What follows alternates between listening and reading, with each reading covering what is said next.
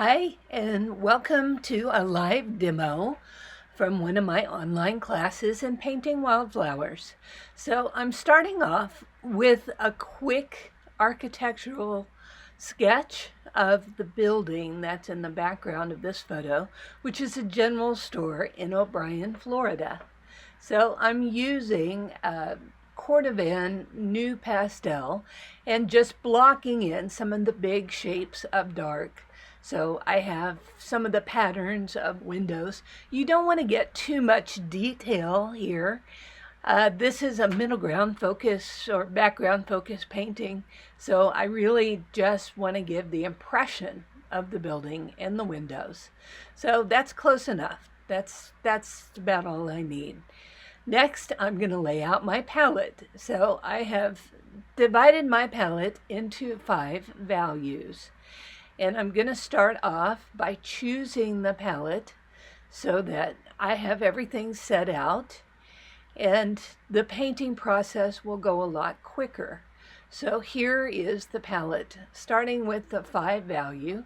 I have dark green, dark gray. These are my darkest darks. And another version of green that's a little bit warmer than the other green. On the 4s, I have a blue violet. This is the color of the building.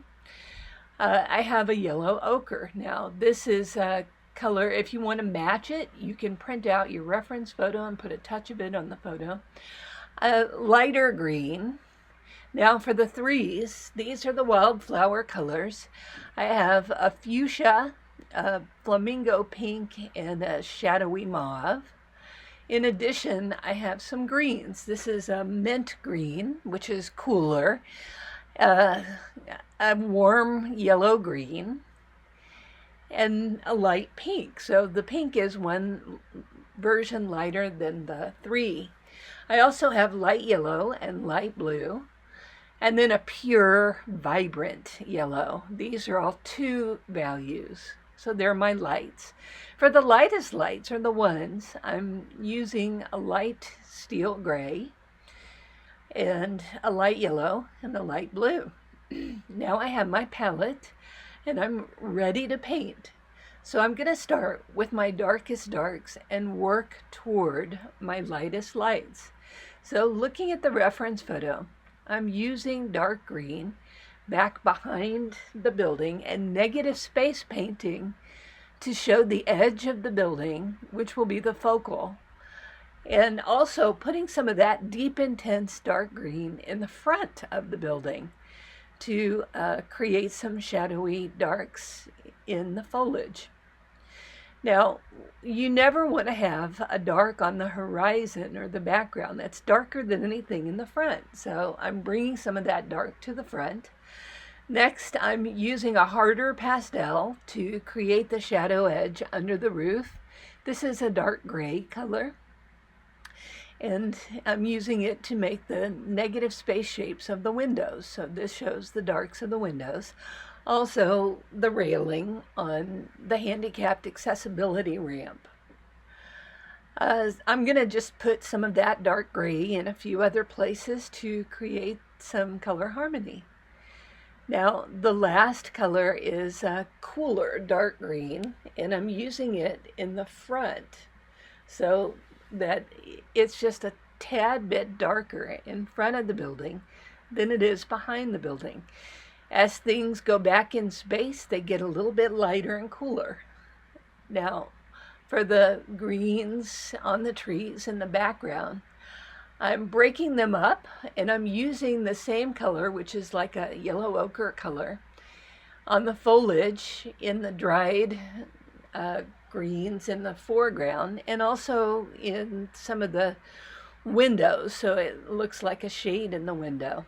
Now for the color of the building itself, I'm blocking in with a beautiful blue violet. It's more blue than it is purple, so hence the blue violet. I'm moving the stick in my hand so that I can create smaller marks for some of the windows. You want this to be a dark. It should be a shadow color, a 4 value, Once I have it in place, I'm taking a little bit of that same color, putting it in the foreground as an underpainting.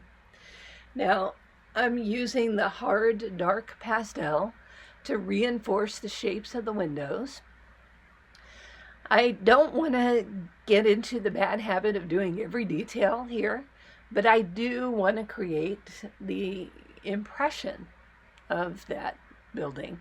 Next, I'm putting in the sky color. This is right behind the roof line, and cutting some sky holes in those trees. I put a little bit on the roof itself, but not touching the sky. It's towards the center of the roof. I'm scumbling this color on top of the blue violet to create a weathered wood effect. The trick with this technique is you're not pushing hard. You're scumbling lightly so that a little bit of the color goes on top of the dark and creates weathered wood. You don't want it to look too perfect or to become blended. It needs to be rough and to show the other color underneath.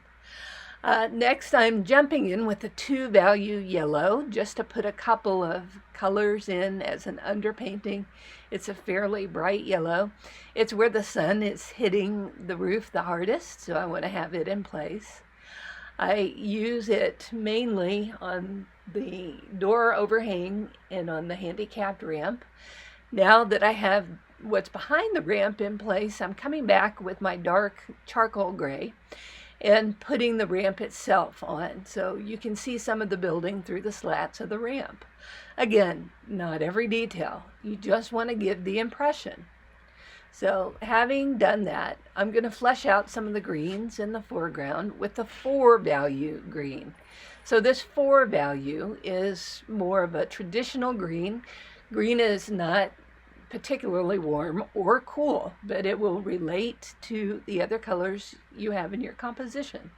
So already you can get a sense of perspective. You see how the building pushes to the background and some of the darker, warmer colors in the foreground come forward. So now I'm ready for some of the 3-value greens and flowers. I'm using the mint green to flesh out the remaining foliage on the trees in the background. This is a cooler green, so it pushes towards the background. While I have that green in my hand, I'm going to use it in a few other places, especially towards the back around the building. This helps to flesh out the building, positions the building in front of the trees. I'm making sure I don't lose my darks in those trees, and I'm using that green to create some edges. Now I'm going to pull that cool green through the composition to the foreground. Most fields are a combination of warm and cool colors, sometimes side by side. I want to have the underpainting be cooler so that when I put the warmer color on top of it, it will be the first color that hits your eye. So here's the warm green. I'm putting it as a pop color on some of the sunlit grasses and then using it mostly in the middle ground and foreground. It's a warmer color, so it's coming forward. I want it to pop and to really bring the illusion of perspective to this field. So a little bit of warm here and there. Most of the green underpainting is in place. I'm going through now and just covering any tooth that's left over so that you don't see the tooth on my ampersand pastel board. The colors that I'm using here are red and green, so I'm doing a complementary palette painting. The red is this beautiful magenta pink. So this is the pure version of the pink, and its complement, which is the green and the bluish green and the green gold. Now, close to the building, I'm laying that pink on pretty thick. In the middle ground, I'm changing my application and daubing the color like little tiny brush strokes so that you see more individual flowers. In the foreground, I'm making horizontal shapes that resemble the heads of the flowers. I make sure that these marks go off the edge of the canvas, and once I've done the one true magenta color, Then I use the warmer version of that color, which is the flamingo pink. The flamingo pink comes next, and then the mauve comes after that. The mauve is a shadowy version, so I'm putting a little mauve in place to help create some diversity in the pinks and to break up some of those pinks. Now, towards the building, I want the pinks to look like lines. Oh, there's the flamingo pink. The flamingo pink is a warmer pink, so it's going to be used mostly in the foreground with a little bit in the middle ground, not much. I'm coming back through to make sure that my greens are very clear and to break up any shapes in the field. Next, I'm moving to the very light pinks. So close to the building, you see the light pinks merge together. In the middle ground, the light pinks are daubed, little brush strokes. And in the foreground, they're very specific shapes. So those light pinks help to break up the flower heads, create some texture and diversity in the color. It's starting to look like a field. Next, I'm using the yellow to create the highlight on the foliage in the back, and also some pops of wildflowers, little yellow wildflowers in the field. I put some as a highlight on the handrail. This is the steel gray white color, which I'm using to fill in the hard edge of the roof. And I'm making linear strokes on the roof so that it resembles that same kind of corrugated tin that you see on these beautiful old houses.